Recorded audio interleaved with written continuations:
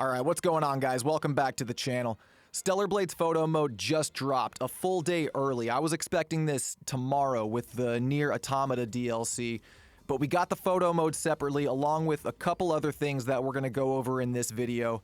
This is a fantastic update, and this has to be one of the best photo modes I've ever messed around with in a video game. There's so many cool options here, and we're going to go over everything that we got in the update. Make sure you guys like the video. Consider subscribing to help us get to 200,000 subscribers. And with that, let's check it out. Alright guys, so we've been waiting for this for a long time and it's finally here. The photo mode comes with 6 basic options that are on those tabs at the top there. We've got camera options, shutter, display, decorations to spice it up, character options which lets us change poses and facial expressions and stuff, and probably the most important one, lighting. We get to place our own light sources in this photo mode, and that's so important. Anybody who's into photography in real life knows that lighting is about 90% of what makes your photos look good. So the fact we get to place 3 different light sources is really going to make our photos pop. The camera tab just controls the tilt of the camera and the field of view, but the shutter is where we start getting into the aperture and the focus of the shot and really making it look nice. The depth of field option has this automatic focus mode where it focuses on Eve where she is currently in relation to the camera, so it will always be focused on her. That way you don't have to manually mess with the focus distance and find that exact value that you need. It will just lock it in, and that's really helpful. The display tab has an HDR option, and it's also where you can mess around with your exposure, contrast, saturation, and hue. Just really dial in those colors and get the vibe that you want. The decorations tab is for the artsy stuff. You can change the frame of your photo, and there's actually several options here, so you can have a couple of different looks. You can also put different logos from the game itself, like you can have the Stellar Blade logo, you can have some of the logos from the different shops in Zion, etc. The character tab is definitely going to be the one we spend most of our time in. This is where we can swap out the characters, change their poses, change their facial expressions, and we can control whether they're looking at the camera or not. There's a good amount of options here for both the poses and the expressions. There's roughly about 20 different poses just at a glance, and I would say about 15 different expressions that we can choose from. The character tab also lets us control the drone lighting and whether the drone is in the shot or not. Like I said, this is definitely going to be where we spend most of our time, and I know people are going to find the best angles for the best poses. And then, of course, lighting, and this is easily the best feature. We're going to get the most bang for our buck by selecting where we put the light sources, and it's really going to change the vibe of the shot. We can change the color of the light source, we can change where the light source is being focused on, the intensity, whether or not it casts a shadow. I've messed around with some other photo modes that did not let you place your own light sources, and it's really noticeable how much of a difference it makes. Lighting is so important, and if you don't have the option to set a custom light source, you're really relying on the light source within the shot, and if the light sucks, then your shot's gonna suck, so the fact we can control it is excellent. My biggest gripe with the photo mode right now is the fact that we can't place some custom characters like Enya or Tachy. The only characters that we can swap in or out are Eve, Adam, and Lily.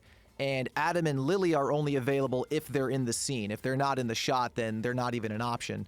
Some of these promotional materials that Shift Up was sharing, it gave me the impression at least that you could place custom characters like Tachy and Enya.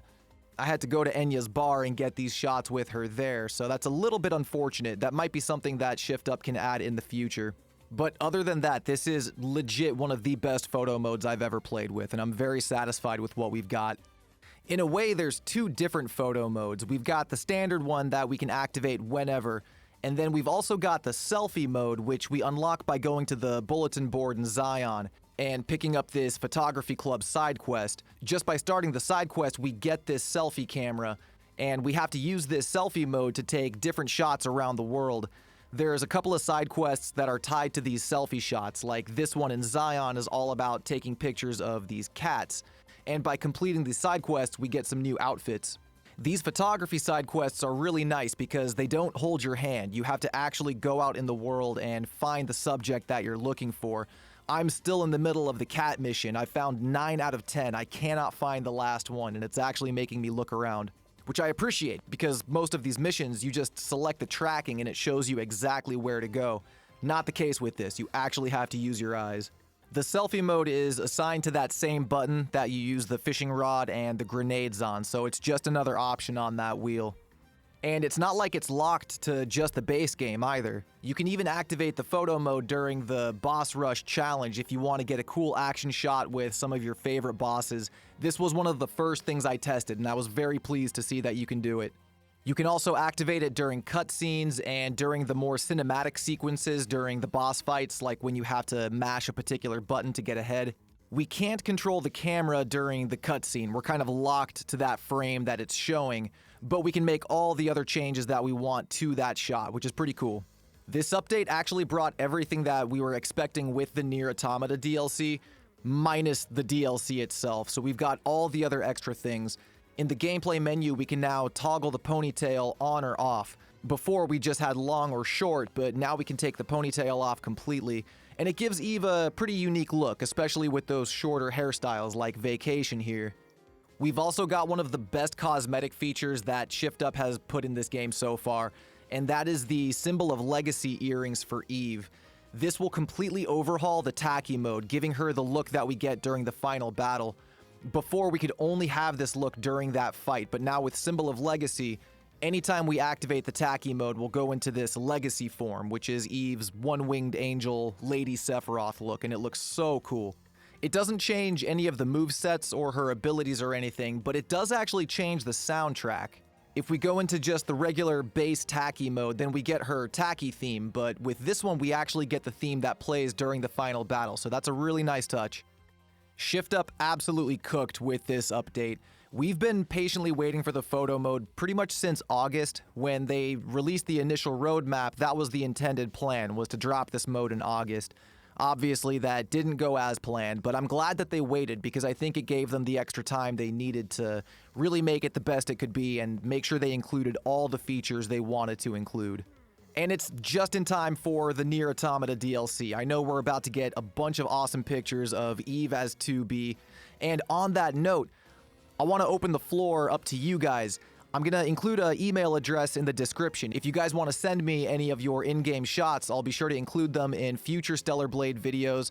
You guys, of course, will be credited, and you can show off your photography skills to the audience. I think that would be a really cool way to get some fan involvement going on here. But with that, that's what we've got in this update, guys. Photo mode is massive. This is really, really impressive. I'm very happy with what we've got, minus the very few gripes that I described earlier. Hopefully in the future, Shift Up can give us the option to add other characters besides just Adam and Lily. That would be really neat. Drop a comment below and let me know your thoughts on photo mode. The Nier Automata DLC is next. That should be dropping tomorrow. And for those who missed it, that will be a paid expansion. We're not sure exactly how much it's going to cost, but I can't imagine it'll be that much. This update with photo mode is completely free though, so if you haven't updated the game yet, do that. Do it right now. But guys, that is all I've got in today's video. Thank you for watching. Make sure you like the video, and don't forget to subscribe if you're new. We are on track to 200,000 subs, and I'm very excited to get there, so I hope you guys join us. Stellar Blade! Game of the year, baby. Too bad it got snubbed from that nomination, but hopefully it can win Best Soundtrack. Alright guys, that's all I got for you today. This has been Star. Keep shining, baby.